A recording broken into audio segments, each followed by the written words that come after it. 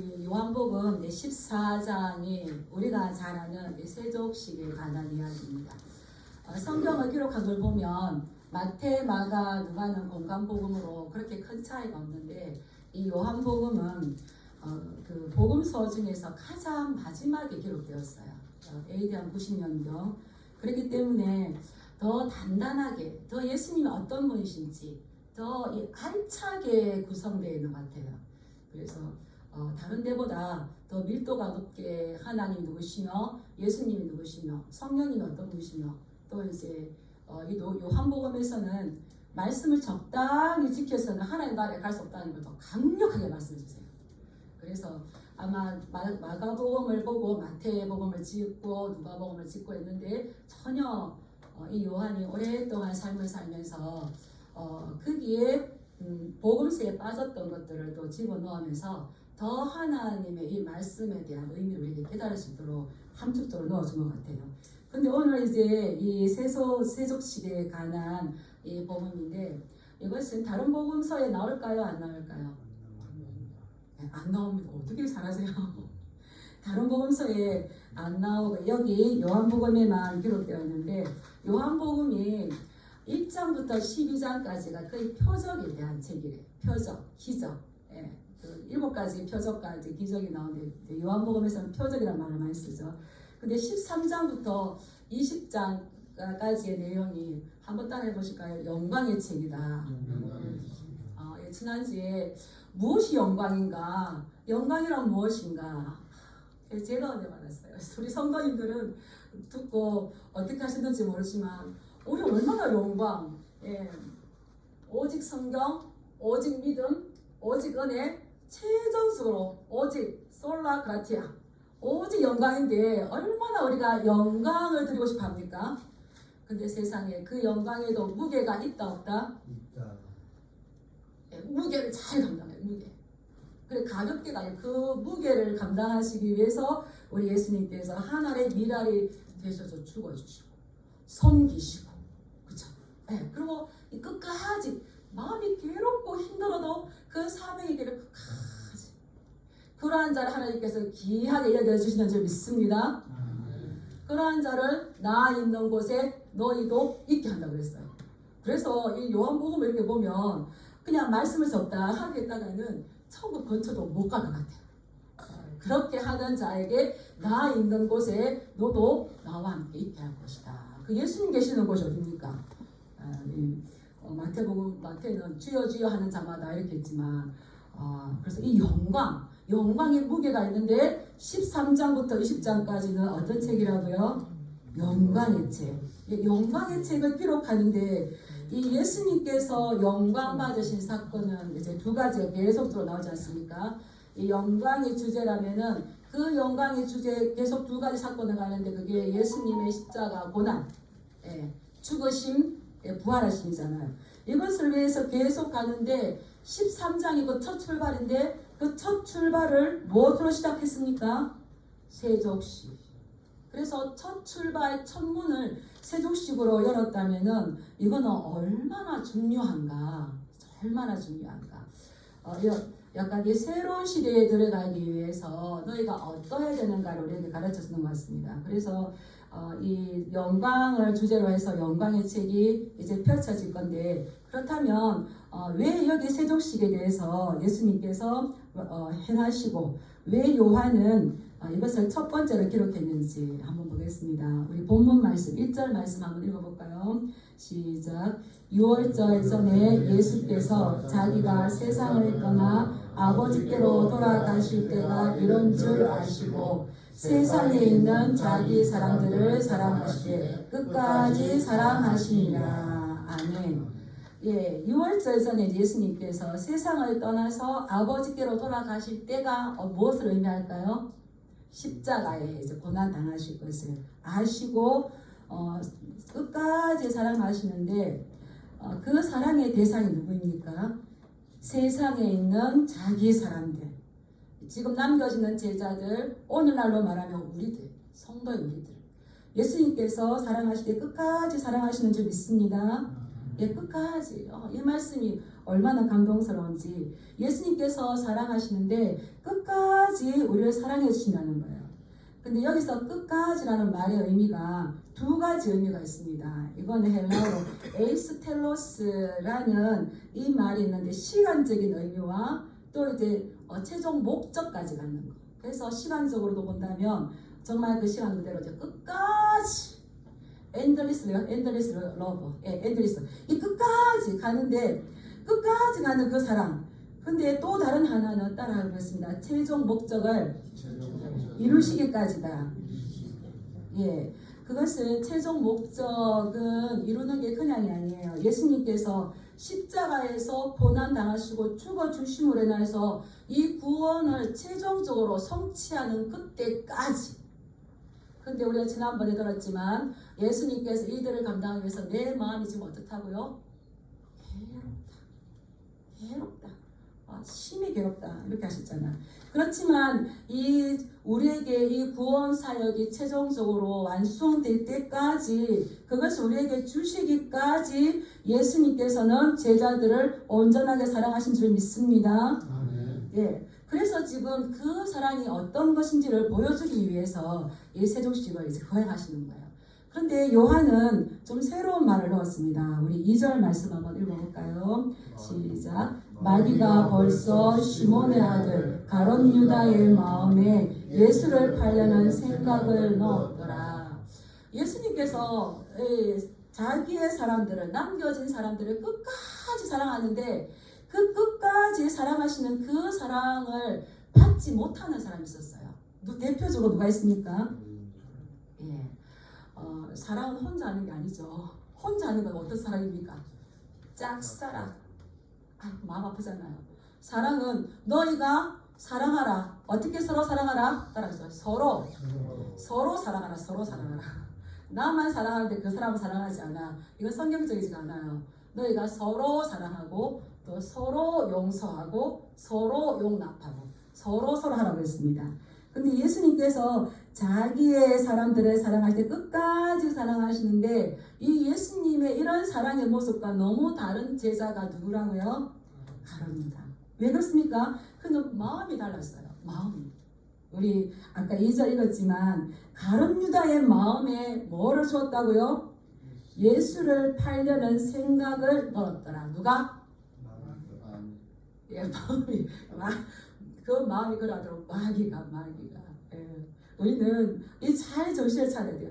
예수를 팔려는 생각이 왜 들었을까요? 막 이 가룟 유다도 아주 큰 기대가 있어서 정말 이 예수가 메시아구나 자기의 기대가 있었던 것 같아요. 자기 기대가 있어서 막 이제 따라가는데 예수님 뭐라고 하십니까? 나한테 십자가에 달려 죽을 거다. 너무 이제 기가 찬 거죠. 그러니까는 이제 예수님을 팔려고 해버렸어요. 근데 그러한 제자만 있었습니까? 또 베드로는 어땠습니까? 그래서 이 베드로가 예수님이 네가 나를 사랑하느냐? 너는 나를 누구라고 하느냐? 너는 나를 누구라고? 신앙 고백을 받아내죠.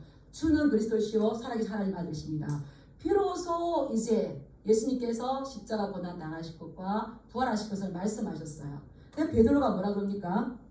주여 그리 마옵소서 이 일은 결코 주님께 미치지 못할 겁니다. 항변했다고 했어요. 항변했다, 꾸짖었다 그랬어요. 예수님 그런 일이 결코 있지 못할 겁니다. 이게 꾸짖었어요. 선생님은. 근데 이러한 말 안 듣고 예수님을 팔려고 하고 자기 생각이 예수님의 마음과 달리 가는 이들을 예수님께서는 사랑하시되 어떻게 사랑하셨다고요? 끝까지 사랑하셨다는 거죠. 그러기 위해서 내가 끝까지 너희를 사랑하는 것이 어떤 것인가를 보여주기 위해서 지금 세족식을 이제 시작하십니다. 우리 3절부터 5절까지 말씀 한번 읽어보겠습니다. 저녁 먹는 중 예수는 아버지께서 모든 것을 자기 손에 맡기신 것과 또 자기가 하나님께로부터 오셨다가 하나님께로 돌아가실 것을 아시고 저녁 잡수시던 자리에서 일어나 겉옷을 벗고 수건을 가져다가 허리에 두르시고 이에 대야에 물을 떠서 제자들의 발을 씻으시고 그 두르신 수건으로 닦기를 시작하여 이 세족식에 대해서 아주 구체적으로 이야기가 나옵니다. 저녁 식사하던 중에 예수님께서 이 모든 것들을 아버지께서 예수님에게 맡겨주신 줄 알고 자기가 하나님께로부터 오셨다가 하나님께로 돌아가실 것을 아시고 우리는 어떻게 살아야 될까요? 이 말씀을 보다가 야 그렇구나. 우리는 하나님께서 보내신 줄 믿습니다. 하나님께서 이 땅에 보내셔서 우리는 하나님께서 보내신 목적을 따라 살다가 결국 어디 갈까요? 하나님 나라 가는 거죠. 예수님도 그러셨는데 또 자기가 하나님께로부터 오셨다가 하나님께로 돌아가실 것을 아시고 하나님께서 주신 마지막 사명 그것을 앞에 두고 지금 세족식을 하는데 저녁 잡수시던 자리에서 일어나서 겉옷을 벗고 수건을 가져다가 허리에 두르시고 대야에 물을 떠서 제자들의 발을 한 사람 한 사람 씻으시고 다시 두르셨던 수건을 풀어서 제자들의 발을 이렇게 닦아줍니다. 얼마나 구체적으로 나왔습니까? 이게 이제 세족식인데 그런데 요한은 왜 다른 복음서에 없는 이 세족식을 여기에 넣었을까?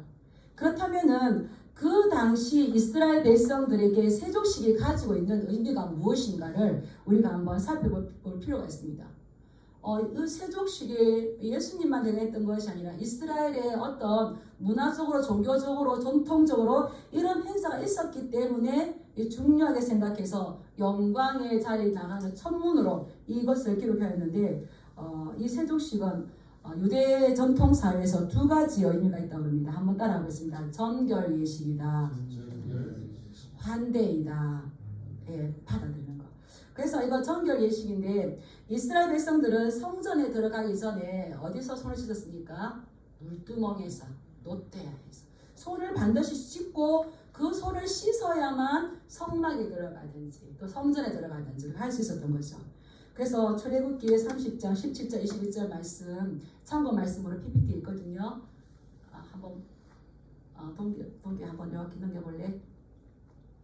30장 출애굽기 30장 17절부터 21절 보면 나와 있습니다. 제가 한번 읽어드리겠습니다. 같이 읽어볼까요? 시작. 예수께서 다시 시작. 여호와께서 모세에게 말씀하여 이르시되 너는 물두멍을 노수로 만들고 그 받침도 노수로 만들어 씻기라 하되 그것을 회막과 제단 사이에 두고 그 속에 물을 담으라. 아론과 그의 아들들이 그 두멍에서 수족을 실 때 회막과 제단 사이에 그 물을 씻을 수 있는 그 물을 두고 거기에서 아론의 그 제사장은 거기서 뭘 씻어야 되는 겁니까? 수족을 씻는 거예요. 수족을. 그 다음에 우리 20절 읽어볼까요? 시작. 그들이 회막에 들어갈 때에 물로 씻어 죽기를 면할 것이요 제단에 가까이 가서 그 직분을 행하여 여호와 앞에 화제를 사를 때에도 그리할지라. 이와 같이 그들이 수족을 씻어 죽기를 면할지니 이는 그와 그의 자손이 대대로 영원히 지킬 규례니라. 여기서 수족을 씻 때 이것이 이제 세족식이라는 겁니다. 그런데 회막에 들어갈 때에 성막에 들어갈 때에 들어갈 때에 물로 씻어야 되는데 씻어야 되는 이유가 뭡니까? 죽기를 면할 것이라는 거죠. 그러면 씻지 않고 들어가면 어떻게 된다는 겁니까? 이거를 씻는 것을 무시하고 들어갔을 때에는 죽임을 당하는 거죠. 그래서 여기 이제 아론과 그들이 나왔는데 이 제사장들이 여기에 들어가서 일을 하는 것도 중요하지만 먼저 해야 될 건 뭐겠습니까? 반드시 손을 씻는 것. 그래서 우리가 어떤 일을 하는 것도 중요하지만 그보다 더 중요한 것은 직무를 수행하는 것으로만 중요한 게 아니라 거기에 필요한 철저한 준비가 필요하다는 겁니다. 그렇게 해야만 그들은 죽임을 당하지 않을 수가 있고 죽기를 면할지니 이는 그와 그의 자손이 영원히 어떻게 대대로 지킬 필요한 겁니다. 그렇기 때문에 지금 예수님께서 이 세족식을 요한복음에도 가져와서 행했던 것들을 요한 기자가 기록했는데 그렇다면 이 회막에 들어가기 전에 성막에 들어가기 전에 성전에 들어가기 전에 이렇게 쓰셔야 되는 것은 지금 오늘 이 본문 말씀과 어떠한 연관이 있는가를 봐야 되는 겁니다. 이 요한복음에서 성전은 누구실까요? 예수님입니다. 예수. 예전에 우리 성경 사기행 할 때에 내가 가서 너희를 위하여서 거처를 예비하며 정말 혼동스러웠어요. 그동안 들었던 설교가 너무 다르기 때문에 듣고 또 듣고 내가 가서 너를 위해서 거처를 예비하면 그 거처가 뭐라고요? 성전이에요. 성전인 거예요. 그래서 이 신약에 오늘날 우리의 성전은 어디십니까? 예수님이십니다. 예수님. 여기 예배당. 예. 그렇죠? 그래서 오늘날 이 성전, 이 요한복음에서 성전은 계속 누구냐 하면 이 요한이 하늘 예수님이시다. 그래서 요한복음 1장 14절에 보면은 말씀이 육신이 되 우리 가운데 거하심에, 말씀이 하나님이 육신이 되셔서 우리 가운데 거하신다. 이 말은 에스케노세 이 말을 썼었는데, 이 말은 말씀이 육신이 되 우리 가운데서 자신의 천막을 치시네, 장막을 치시네. 예. 그냥 예수님이 오셨을 뿐만 아니라 우리 가운데 천막을, 텐트를 치셨어요. 그 텐트가 뭘까요? 성전인 거죠. 그래서 예수님께서 이 땅에 오신 목적은 우리에게 새로운 장막, 새로운 성전을 주시기 위한 겁니다. 그리고 또 한 번 더 살펴볼까요? 요한복음 2장 19절 말씀해 보면 이제 성전을 정결하게 하고 난 다음에 뭐라고 했습니까? 너희가 이 성전을 헐라 내가 사흘 동안에 일으키리라.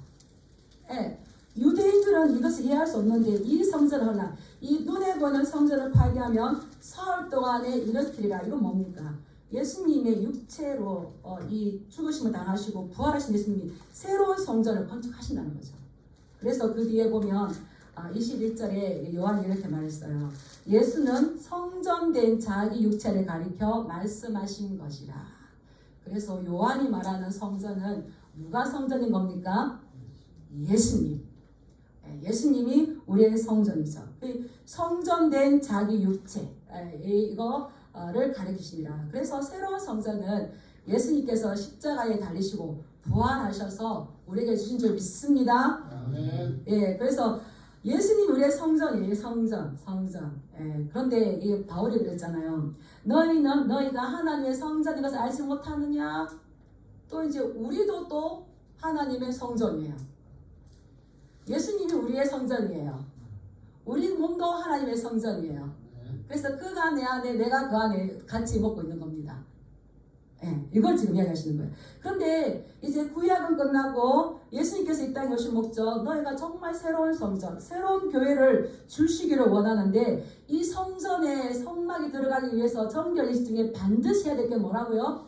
손과 발을 씻어야 되는 겁니다. 예, 세족식을 해야 된다는 겁니다. 그렇다면 새롭게 지어질 성전을 이제 너희에게 줄 것인데 그 새로운 성전, 예수님의 영광의 사건, 십자가 고난과 죽으심과 부활을 통해서 우리에게 이루어주신 그 새로운 성전에 들어가기 위해서 너희들은 반드시 뭘 해야 된다고요? 손발을 씻어야 되는 겁니다. 이 정결 예식을 해야 되는 거죠. 그래서 예수님께서는 이 제자들에게 지금 이것을 친히 나타내 보여서 이 손발을 씻은 자가 우리가 한 몸 공동체를 이룰 수가 있고 예수님과 연합될 수 있는 줄 믿습니다. 아멘. 예, 지금 이 말씀을 하는 거예요. 그래서 너희가 성막에 들어갈 때 죽지 않으려면 씻어야 되는 것처럼 이제 새로운 시대, 새로운 성전, 새로운 교회를 하나님께서 주실 것인데 이러한 지금 이 세족식을 통하여서 너희가 그 의미를 깨닫기를 원한다. 씻은 자만이 예수님과 한 몸을 이룰 수가 있고 씻은 자들이 그리스도 한 공동체를 이룰 수가 있는 거죠. 그래서 이 세족식은 정결예식인데 정결예식. 한 번 더 따라해봅시다. 세족식은 정결한 공동체를 깨끗한 공동체를 만들기 위한 깊은 의미가 있다. 그렇다면 교회는 어떠한 공동체가 되어야 될까요? 예, 아무나 와도 됩니다. 아무나 와도 되고 누구나 와도 되고 다 복음이 열려있죠. 그렇지만 왔을 때에 반드시 예수님 앞에 씻김을 받은 자, 그래서 우리는 교회를 정결한 공동체, 깨끗한 공동체로 만들어가야 될 줄 믿습니다. 예, 그렇지 않다면은 결국은 죽음을 당할 수밖에 없는 거죠. 그래서 이 세족식이 의미를 주는 것은 너희가 구약 시대에 성전에 들어갈 때에 전결 예식을 했던 것처럼 새로운 성전, 새로운 시대에 들어갈 때 너희들은 반드시 이것이 필요하다. 근데 또 유대인들 중에서 세족식이 가지는 의미 두 번째는 환대예요. 환대는 뭡니까? 그 사람을 나의 가족으로, 나의 동료로 받아들이는 거잖아요. 이제 누가복음 7장에 이렇게 보면은 이제 한 바리새인이 예수님을 자기 집에 초청을 합니다. 초청을 하는데 어떤 여인이 와서 예수님 들어와서 이렇게 향유를 붓고 막 이제 자기 눈물로 이제 발을 닦으면 이제 머리로 발을 닦아주는 이런 장면이 나와요. 그러니까 이 바리새인이 예수님이 과연 선지자라면 이 여인이 누구인지 알 건데 좀 이상하다 이렇게 마음으로 생각할 때에 예수님께서 그 바리새인에게 이렇게 물어요. 누가복음 7장 44절에 한번 읽어보겠습니다. 시작. 그 여자를 돌아보시며 시몬에게 이르시되 이 여자를 보느냐? 내가 내 집에 들어올 때 너는 내게 발 씻을 물도 주지 아니하였으되 이 여자는 눈물로 내 발을 적시고 그 머리털로 닦았으며. 예, 지금 이 바리새인 시몬이 지금 저 사람이 예수님과 선지자라면은 지금 자신에게 향유를 붓고 눈물을 흘리지만 머리카락으로 발을 닦지만 이 여인이 얼마나 죄 많은 여인인지 알 건데 마음을 오해하고 있는 거예요. 그때 예수님께서 시몬에게 책망을 하십니다. 뭐라고 책망합니까? 내가 너의 집에 들어올 때에 너는 나에게 발 씻을 물을 주었다 주지 않았다? 주지 않았다는 거예요. 근데 이 여자는 어떻습니까? 이 여자는 눈물로 내 발을 적시고 그 머리털로 닦았으며 눈물을 물로 삼아서 예수님의 발을 씻겨주는 거. 이게 뭡니까? 세족식입니다. 그리고 머리털로 수건을 삼아가지고 예수님의 그 젖은 발을 닦아주는 겁니다. 이게 뭡니까? 이게 세족식인 거예요. 이 말은 다시 말하면은 예수님을 환대했다는 거예요. 그런데 아무리 예수님을 초청하고 반듯하죠. 그리고 어떻게 했지만 지금 이 시몬은 예수님을 진정으로 환대하지 않았다는 거예요. 환대하지 않았다는 것은 다르게 말하면 거절했다는 이런 의미가 있는 거죠. 그래서 이 환대라는 것은 이제 집 주인이 손님이 왔을 것 같거나 가족이 밖에서 나갔다가 돌아올 때에 이 씻을 물어줘서 이렇게 씻는 거예요. 근데 이 씻을 때에 누가 씻어주냐 하면 종도 아닌 더 제일 비천한. 그래서 이스라엘 백성들은 자기 같은 동족의 종이 아닌 이방인 종이 이것을 씻게 하는. 근데 이 시몬도 그랬지만 주인은 물만 주지 씻어주지 않는데 우리 예수님께서 어떻게 하셨습니까? 기꺼이 그들의 발을 씻어주시는 겁니다. 이 말은 당신은 나와 한 가족이다. 우리는 기꺼이 당신을 환영합니다. 당신과 나는 동등한 가치가 있는 한 공동체의 일원입니다. 한 가족으로 받아들입니다. 우리가 교회 오는 모든 분들을 한 공동체에 우리가 동등한 가치가 있고 적나라하게 만나서 다른 다 계급장 되고 한 가족인 거죠. 그래서 이 사람을 초대하는 거가 되는데 그래서 이 세족식은 이 정결한 공동체가 서로 환대해주는 이런 의미가 있는 겁니다. 그래서 지금 예수님께서는 구약의 것을 가져와서 지금 이 제자들 앞에서 이렇게 발을 씻기는 겁니다. 그런데 이제 이렇게 한 사람 한 사람 씻기를 시작해서 이제 누구한테 옵니까?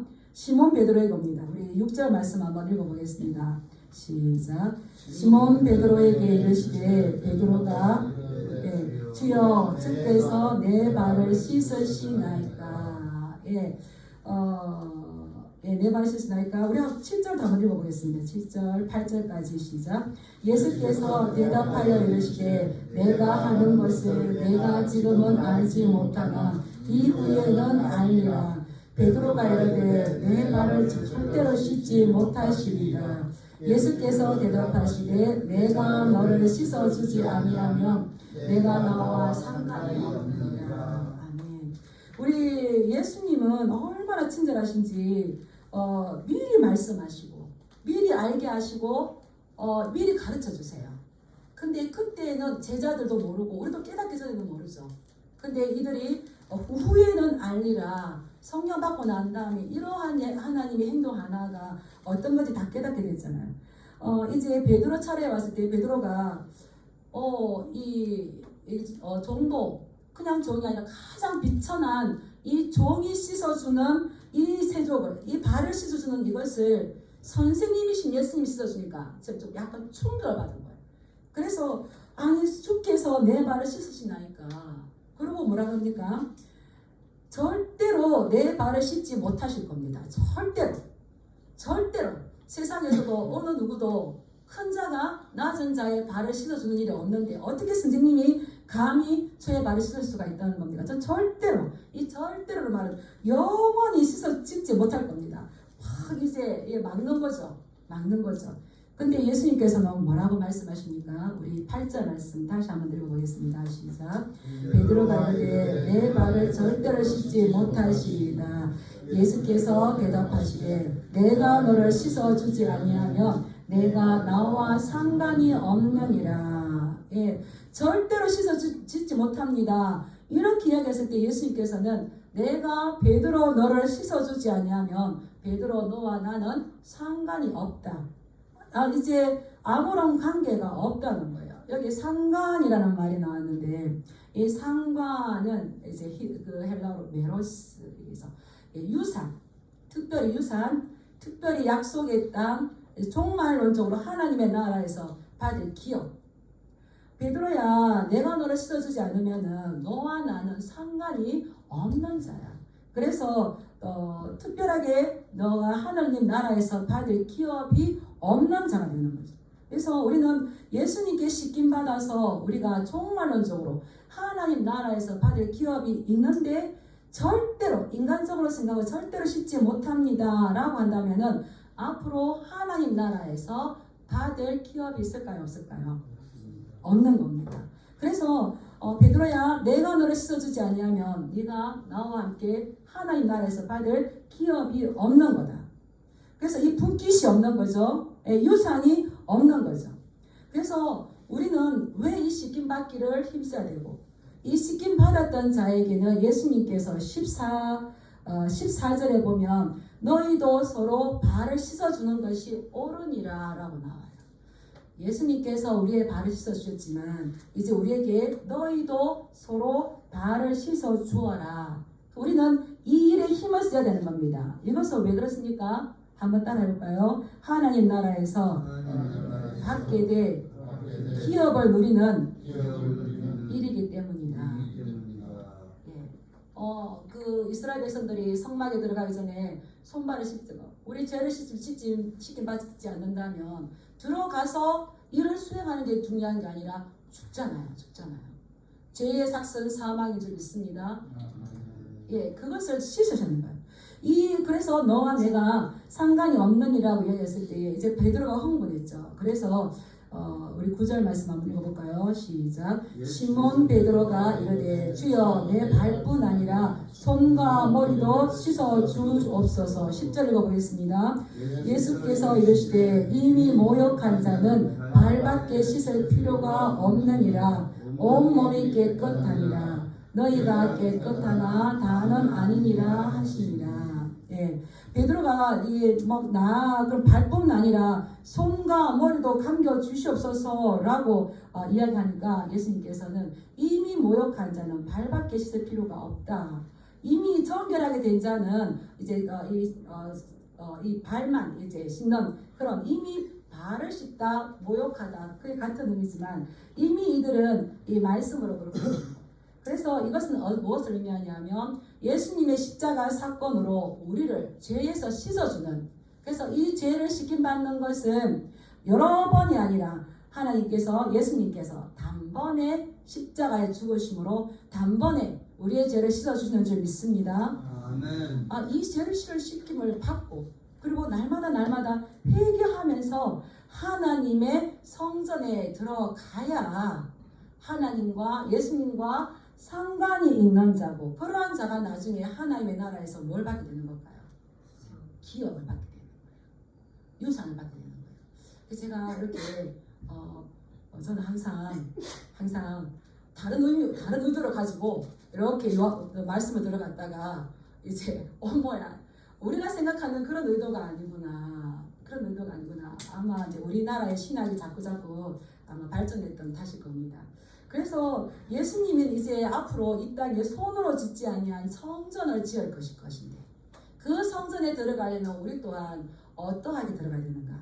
우리는 이제는 물이 아닌 예수님의 피로 씻김을 받아야 되는 줄 믿습니다. 아멘. 예수님의 피로 씻김을 받은 자면 우리 또한 영광의 무게를 감당해야 되는데 그 감당의 영광의 무게가 뭘까요? 우리 14절 말씀 한번 읽어보겠습니다. 시작.